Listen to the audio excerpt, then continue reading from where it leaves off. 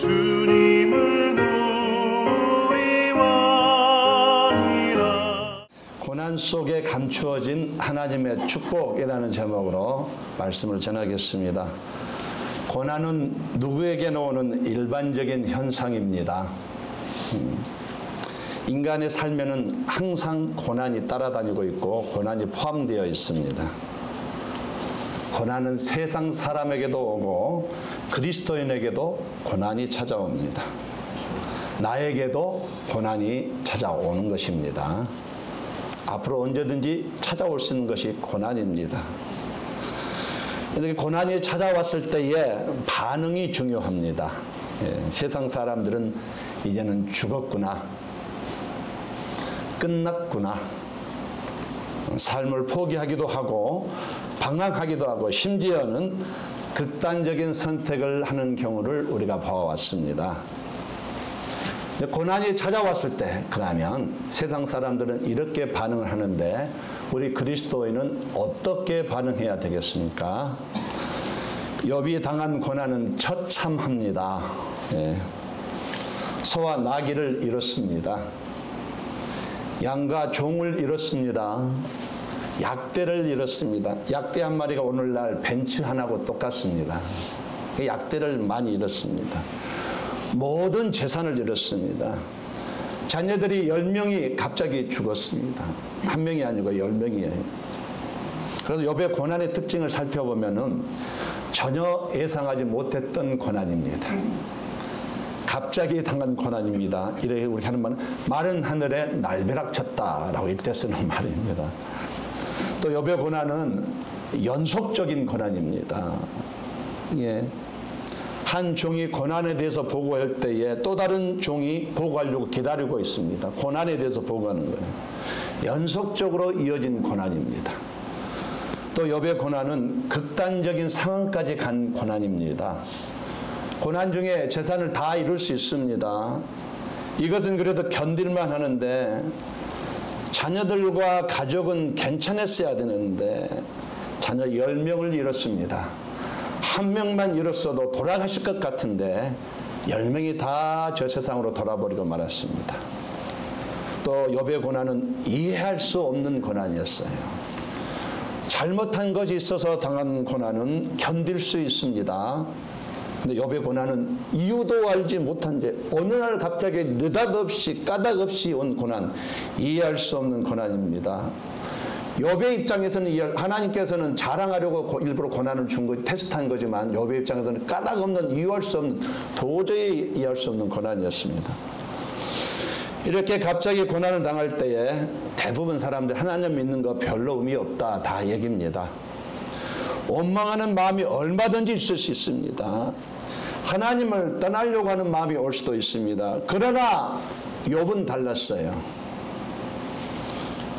욥이 일어나 겉옷을 찢고 머리털을 밀고 땅에 엎드려 예배하며 이르되 내가 모태에서 알몸으로 나왔사온즉 또한 알몸이 그리로 돌아가올지라. 주신 이도 여호와시요 거둔 이도 여호와시니 여호와의 이름이 찬송을 받으실지어다. 그 엄청난 고난 가운데 그는 예배를 드리면서 하나님을 찬양했답니다. 그런데 욥이 실제 인물이에요. 가상인물이 아닙니다. 욥은 실제 아브라함 시대에 살았던 인물이란 말입니다. 모든 것을 잃어버렸고 자녀를 잃어버렸음에도 그 자리에서 여전히 하나님 앞에 예배하며 말씀을 버리지 않고 하나님 앞에 예배하며 하나님을 찬양했다는 사실에 여러분도 예배를 귀하게 여기시기를 예수님의 이름으로 권면드리겠습니다. 예배를 잘 드리셔야 복받아요. 정확하게 들으셔야 돼요. 50년 동안 예배를 허술하게 들으면 복을 받을 수가 없습니다. 왜 욥이 이렇게 하나님을 찬양했습니까? 고난 속에는 감추어진 하나님의 축복이 있기 때문에 그런 것이에요. 겉으로는 고난이지만 고난 속에는 감추어진 하나님의 축복이 있습니다. 고난이 피해를 주는 것 같지만 결국에는 이 고난이 하나님의 축복을 우리에게 가져다 주는 것이에요. 고난 자체는 괴롭고 힘들지만 고난을 통해서만 배울 수 있는 것이 있거든요. 고난을 통해서 맺는 열매가 있습니다. 고난이 주는 유익이 분명히 있어요. 이것이 고난이 찾아왔는데도 하나님께 예배를 멈추지 않고 찬양할 수 있는 욥의 이유가 되었던 것이에요. 고난이 오면 아파하고 힘들어할 수 있습니다. 그러나 여기서 멈추면 안 되는 거예요. 우리 그리스도인은 여기서 멈추면 안 되는 겁니다. 세상 사람과 성도는 달라야 합니다. 그리스도인은 고난 자체를 보지 말고 고난 속에 감추어진 하나님의 축복을 보아야 하는 것이에요. 고난의 현장에서 나의 고난의 현장 일하시는 하나님을 볼 수 있는 영안이 있어야 되는 것이에요.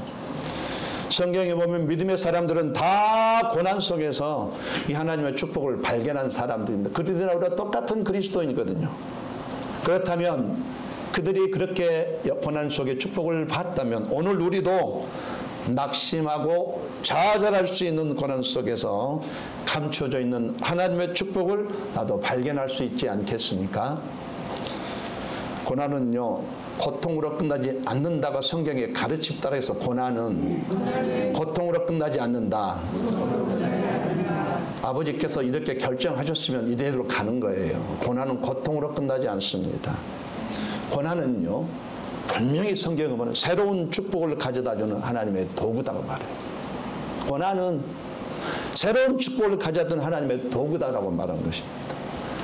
고난이 지나감으로 고난을 통해서 받을 것들이 있습니다. 고난 속에는 감춰져 있는 하나님의 축복이 있습니다. 고난 속에 감춰진 하나님의 축복은 어떤 것일까요? 오늘 본문이 그것을 말하고 있습니다. 바울은 고린도 교회를 개척을 했습니다. 교인들을 믿음의 자녀로서 양육을 잘 했어요. 그리고 어느 정도 교회가 안정이 되자 선교 여행을 떠났습니다. 근데 선교 여행을 떠나 자리를 비운 사이에 교회 안에 요상한 것들이 들어왔어요. 거짓 교사들이 교회에 들어왔습니다. 교인들을 복음이 아닌 것으로 선동했어요. 예수 아니고도 구원은 있다. 이 복음이 아닌 것, 순복음 아닌 것을 선동을 했습니다. 변질된 복음을 전했어요. 교회의 본질, 방향을 잃어버렸습니다. 하나님의 중심이 사람 중심이 되어버렸어요. 그래서 바울이 에베소에서 있다가 이것을 듣고서 고린도 교회에 편지를 보내서 바로잡으려고 했는데 그걸 해결이 되지 않았습니다.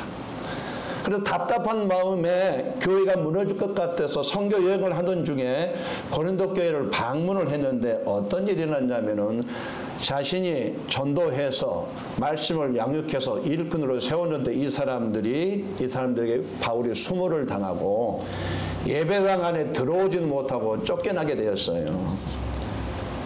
이때 바울은 마음이 매우 아팠다고 말합니다. 자기가 정말로 텐트 장사해가지고 이렇게 자기가 이렇게 교회에 투자하고 자기가 양육하고 이 모든 것들이 다 이렇게 사례비도 없이 시작해서 교회를 세워놨는데 이 사람들이 자기를 온 마음을 쏟기고 사랑함으로 양육한 이 사람들에게 쫓겨났을 때에 바울은 깊은 상처를 받게 되었습니다. 마음에 심한 고통을 받은, 나중에 물론 회복이 됐습니다만은, 그래서 그는 이 고난을 환난이라고 말하겠습니다. 오늘 본문에 환난이라고 말합니다. 사람이 참 힘들어요. 옆 사람 인사합시다. 사람이 힘듭니다. 네, 이민교회도 그래 사람이 힘들어요. 정말 사람이 힘들어요. 교회가 재정이 어려운 것도 꾸려갈 수 있는데 사람이 힘들게 하면 감당이 안 돼요. 바울이 지금 그런 짝이에요. 이 환난이라는 것은 무거운 것이 내 가슴을 짓누른다라는 의미가 있어요. 숨이 쉬지 않는다 그런 의미가 있습니다. 교회를 향한 근심과 사람에게 받은 상처에 바울은 숨을 쉴 수가 없을 정도로 고통스럽습니다. 처참해요. 고난입니다. 그런데 너무 중요한 것은 이런 환난 가운데서도 3절 찬송하리로다 이렇게 고백해요. 찬송하리로다. 이 엄청난 고난 가운데서도 하나님을 찬양한다고 고백합니다. 왜 그럴까요? 이 고난 가운데는 하나님이 준비해 놓으신 축복이 있다는 것을 그가 정확히 알기 때문에 찬송한다고 말하고 있습니다.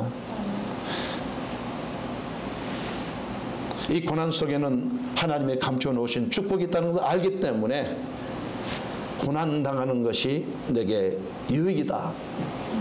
고난을 통해서만 주어지는 배울 수 있는 것이 있기 때문에, 고난을 통해서 하나님을 더 깊이 배울 수 있기 때문에, 고난을 통해서 맺는 열매가 있기 때문에 바울은 그 상황에서 하나님을 찬양한다고 말하고 있습니다. 상황과 환경이 매우 힘들게 합니다. 앞이 보이지 않습니다. 답답합니다. 혼란스럽습니다.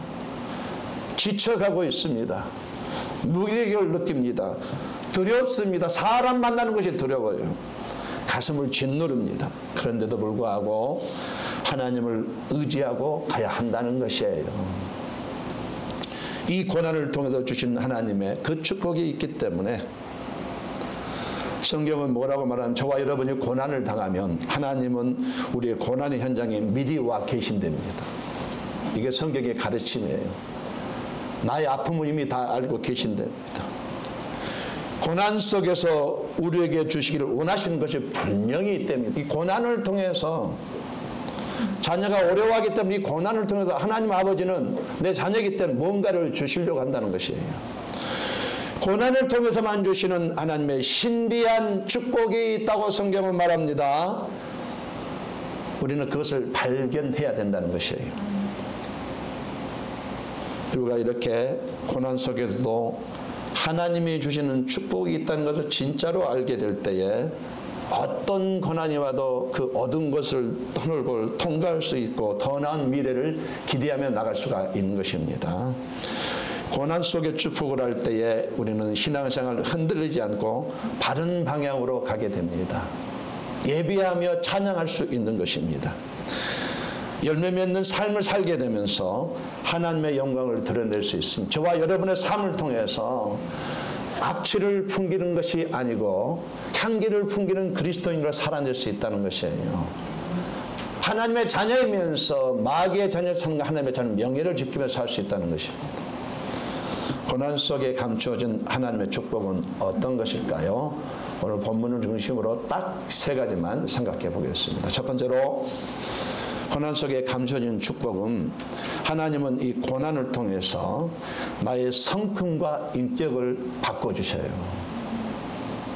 4절 말씀, 우리로 하여금 하나님께 받는 위로로서 모든 환난 중에 있는 자들을 능히 이루하게 하사이는 이시로다. 5절, 우리의 위로도 그리스도로 말미암아 넘치는도다. 하나님께 받은 위로가 고난을 극복하게 했답니다. 할렐루야. 그런데 또 하나님께 받은 위로가 환난에 처한 다른 어려운 사람들을 위로할 수 있는 능력을 갖게 했다는 것이에요. 고난을 통해서 다듬어진 나의 성품과 인격이 다른 사람에게 도움을 주는, 유익을 주는 존재가 되었다, 이 얘기입니다. 어떤 사람이 고통당하는 사람을 위로할 수 있습니까? 교회 다닌다고 다 그렇지 않습니다. 목사라고 다 그렇지 않아요. 장로라고 다 그렇지 않습니다. 목사, 장로 중에도 이상한 사람 많잖아요. 다 그렇지 않습니다. 고통을 당해서 하나님의 위로를 경험한 사람만이 고통당하는 자를 위로할 수가 있는 것이에요. 그전에는 이런 성격과 인품이 아닙니다. 그저 교회 생활 하면서도요, 나만 알아요. 나만 알아요. 나 중심으로 교회 생활합니다. 나 편리한 대로 교회 생활을 해요. 나 그냥 생각대로 사람을 대하는데, 그런데 고통을 통해서 이제 하나님을 깊이 경험하다 보니 나의 이 정말로 좋지 않은 성품, 정말로 좋지 않은 인격이 바뀐다, 이 말입니다. 하나님의 성품과 하나님의 인격을 갖게 된다, 이 얘기입니다. 그래서 이 성품과 인격 가지고 남을 위로하고 남을 격려하게 되고 용기 있게 참아내고 인내하고 사랑하고 용서하는 인격을 갖추게 된다는 겁니다. 교회가 어려울 때에 그 틈 사이에 들어가서 드러내는 것이 아니고 소리 없이 눈물로 기도하는 사람이 된다는 얘기예요. 고난은 저와 여러분의 인격과 성품을 좋게 만들어준다는 얘기인 것입니다. 하나님은 저와 여러분의 신앙 인격을 매우 중요하게 여깁니다. 하나님이 저와 여러분을 마음대로 다루실 수 있고 선한 일을 할 수 있고 하나님의 거룩하심에 부딪히지 않는 인격을 형성하는 일을 매우 중요하게 여겨요. 하나님은 저와 여러분이 주님의 성품과 인격을 갖기를 오늘도 원하고 계십니다. 그래서 때로는 고난의 용광로에 우리를 집어넣으신 거예요. 지금 이 모습으로는 안 되거든요. 지금 이 모습으로는 축복을 받을 수가 없거든요. 복을 받을 만한 인격을 갖춰야 되는데 그 방법으로 고난이란 용광로 속에 나를 집어넣는다는 것이에요. 욥기서 23장 10절 말씀에 그러나 내가 가는 길을 그가 아시나니 그가 나를 단련하신 후에는 내가 순금같이 나오리라. 그 고난을 당한 사람이 이 고백을 했어요. 다시 한번 읽어드릴게요. 우리 한번 같이 한번 읽어보겠습니다. 시작. 그러나 내가 길을 그가 아시나니 그가 나를 단련하신 후에는 내가 순금같이 나오리라. 금조각이 섞여 있는 광물질에서 금을 뽑아내려면 반드시 뜨거운 용광돌에 그 돌을 집어넣어야만 됩니다. 그대로 놔두면 안에 금이 있는데 가질 수가 없습니다. 용광로에 들어가지 않으면 절대로 금이 나올 수 없습니다. 그런 것처럼 저와 여러분 안에 있는 순종하기를 싫어하는 습성들이 있거든요. 죄의 습성들이 있습니다. 교만이 있고 아집이 있고 나의 꼬라지가 있거든요. 육신의 소욕이 있습니다. 이것을 하나님께서 제거하기 위해서 우리를 고난의 용광로에 던지셔서 부정적인 것들을 녹아내시고 순금 같은 예수님의 인격으로 만드신다는 것이에요. 저와 여러분 하나님의 담은 인격을 갖춰야 되겠습니다. 너무 중요한 일이에요. 이 인격을 갖추기 전까지는 하나님과 결이 맞지 않아서 하나님이 나를 매우 힘들어 하셔요. 동의하시면 아멘 하시겠어요? 하나님의 마음대로 다루시는 인격이 되었으면 참 좋겠습니다. 하나님이 나를 부담 없이 대하셔야 돼요. 불편한 게 부담 없이 대하셔야 돼요. 부담 없이 나를 두고 일하시는 인격이 되어야 되겠습니다. 하나님의 거룩한 하심에 내 인격이 흡수되는 그런 인격이 되어야 되겠습니다.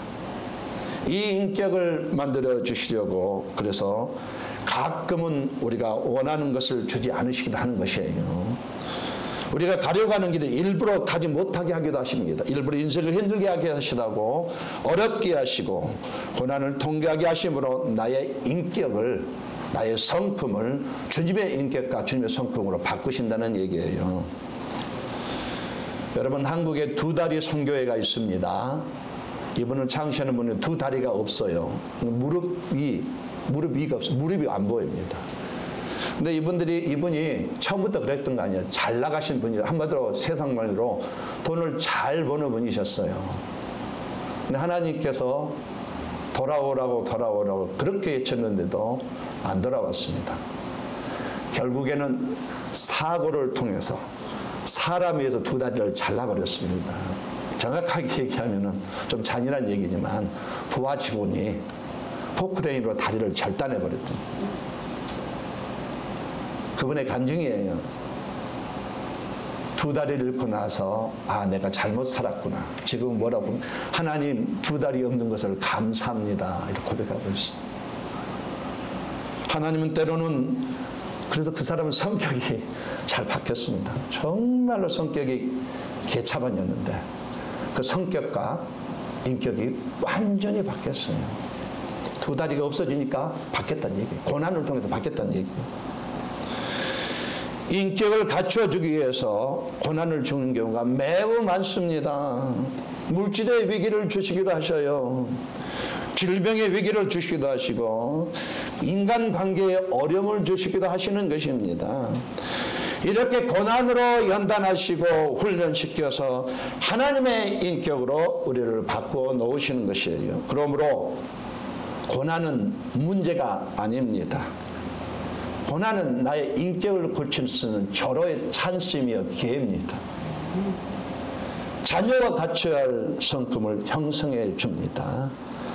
고난은 유익이며 축복입니다. 행여나 고난이 올 때에 집중해 보시기를 예수님의 이름으로 권면드리겠습니다. 비참한 것은 하나님께서 고난을 줬습니다. 이것이 고난인지도 모르고 계속 꼬라지대로 가다 보면 내 인생 나만 망가지는 것이에요. 나중에 남길 게 없습니다. 하나님이 경고하실 때에 빨리 돌아오신 것이 좋습니다. 스스로는 알아요. 성령께서 바보가 아니기 때문에 경고라는 분명히 사인을 보내주십니다. 빨리 돌아오시면 되는 것이에요. 이렇게 고난은 나의 인격과 성품을 주님의 성품으로 바꿔주신다는 이런 놀라운 축복이 있습니다. 두 번째로 고난은 확성기입니다. 고난을 통해서만 깨닫게 하는 것이 있어요. 잘 듣지 않으니까, 아무리 말을 해도 잘 듣지 않으니까 고난이라는 확성기를 통해서 하나님께서 확 듣게 하시는 것이에요. 깨닫게 하시려고 나에게 고난을 허락하셨습니다. 바울은 고린도 교인들에게 오늘 본문에서 자기가 아시아에서 당한 환난에 대해서 설명을 하고 있습니다.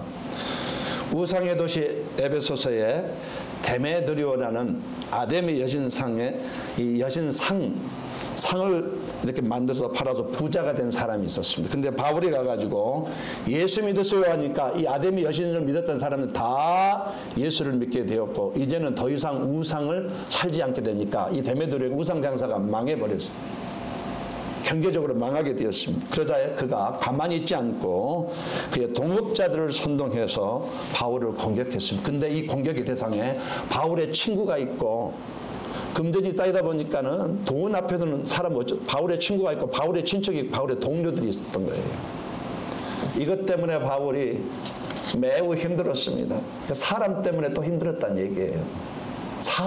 한번 따라하겠습니다. 사람 때문에 매우 힘들다. 여러분이 그런 사람이 되지 않기를 권면드리겠습니다. 정말 교회 안에도 그런 사람이 안 됐으면 좋겠어요. 에베소에서 당한 고난들로 인해서 살 소망까지 끊어졌다고 얘기합니다.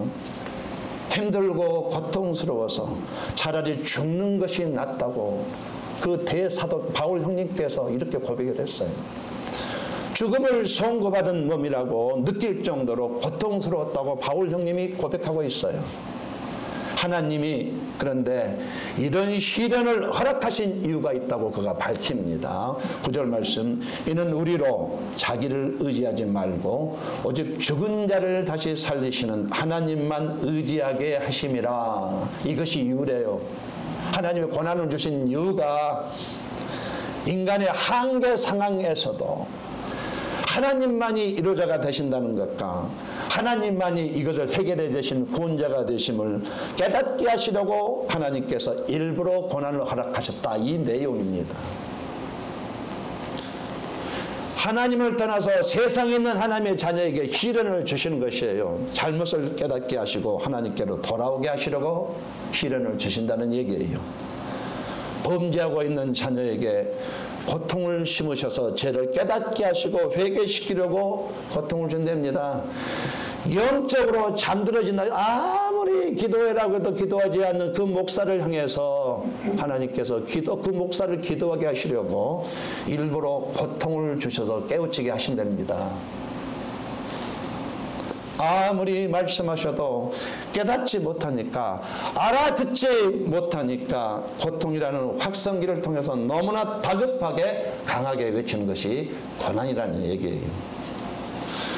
여러분, 이 원리는 세상 사람에게는 적용되지 않지만 영생을 가르친 그리스도인에게는 모두에게 적용된 것을 믿으시기 바랍니다. 당신에게 힘이 될게요 하는 손경미 성도님의 간증입니다. 정확하게 사모님이셔요. 목사님 사모님이신데 40살이 되기 전에 암이 찾아왔습니다. 암 수술만 6번에는 여전히 암이 사라지지 않았습니다. 계속 방사선 치료를 받았는데 너무 고통스러워요. 오랜 시간 고통의 시간을 지냈습니다. 그런데 그 고통을 통해서 자기의 신앙생활이 잘못되었고 교회 생활이 잘못되었고 예배 생활이 잘못되었다는 것을 아무리 누가 얘기도 듣지 않더니 고통을 통해서 딱 깨달았대요.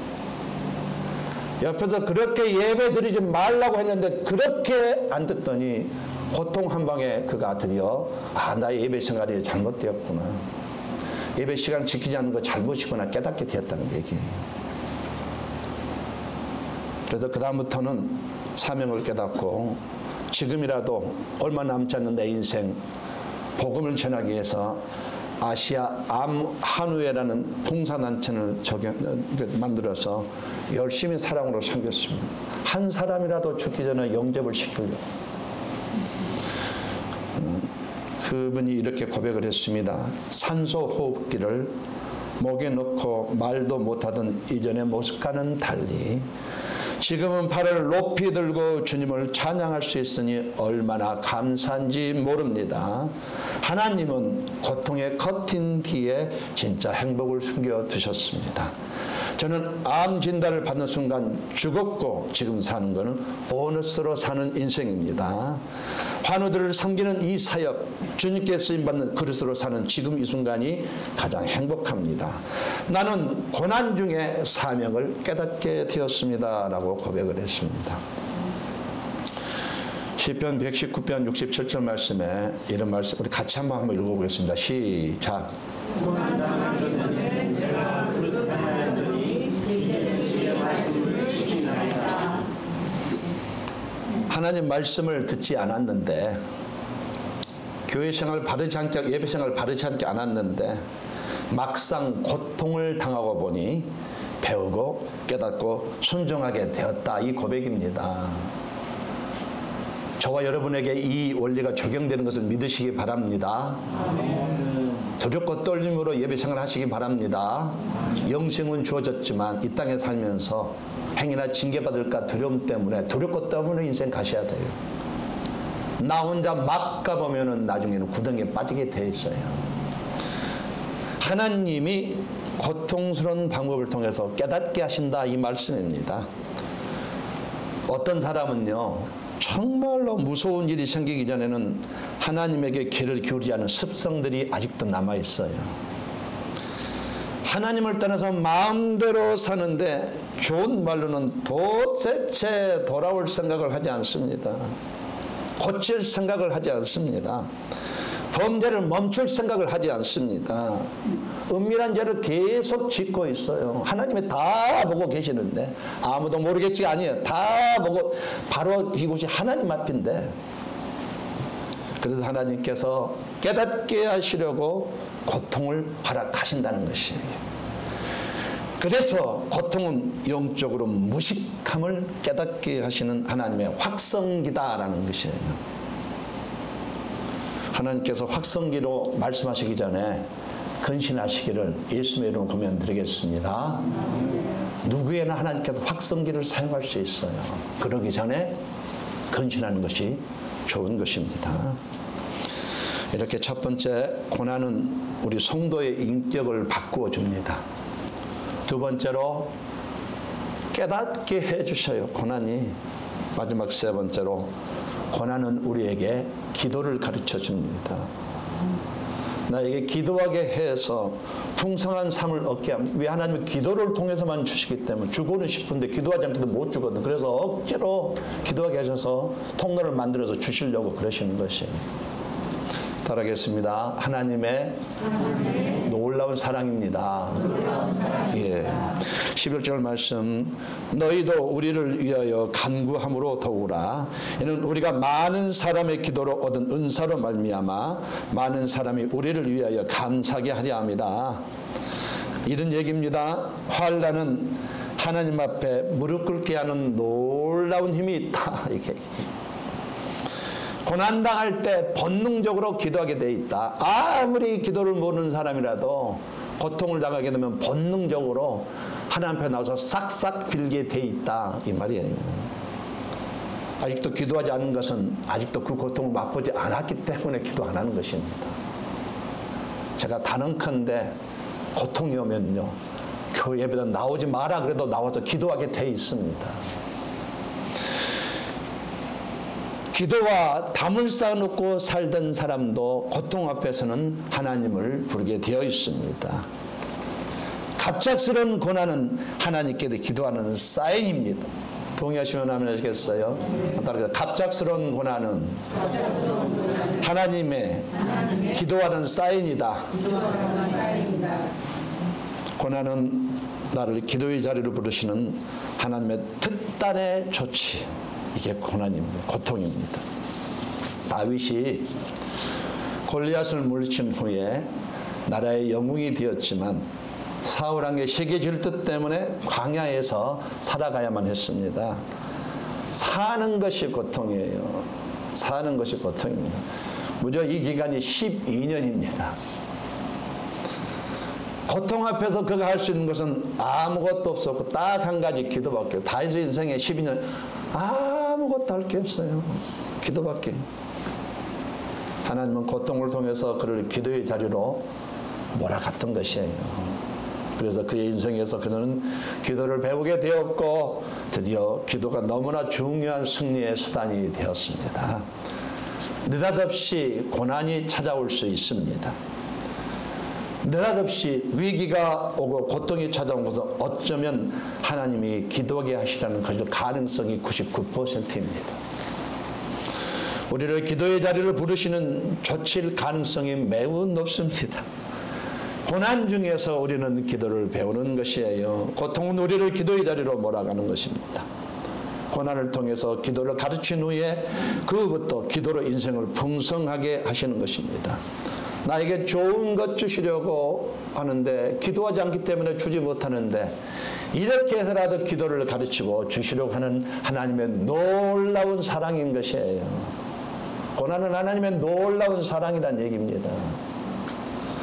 가정의 위기가 무엇입니까? 자녀의 위기가 무엇입니까? 우리 자녀들이 예배 자리에 없는 이유가 무엇입니까? 이것이 문제인 것이에요. 좋은 가구, 좋은 집, 좋은 자동차 없는 것이 문제가 아니라 가정에 이런 영적인 것이 없는 것이 문제란 얘기예요. 기도가 없는 것이 가정의 문제란 얘기입니다. 기도 시간이 줄어든 것은 문제인 것이에요. 그런 의미에서 여러분의 자녀를 예배 자리로 세우시기를 예수님으로 강력히 권면드립니다. 이게 안 돼 있을 때는 한번 생각해 보셔야 돼요. 이런 상황에서 웃고 지나갈 수가 없습니다. 심각하게 생각하셔야 돼요.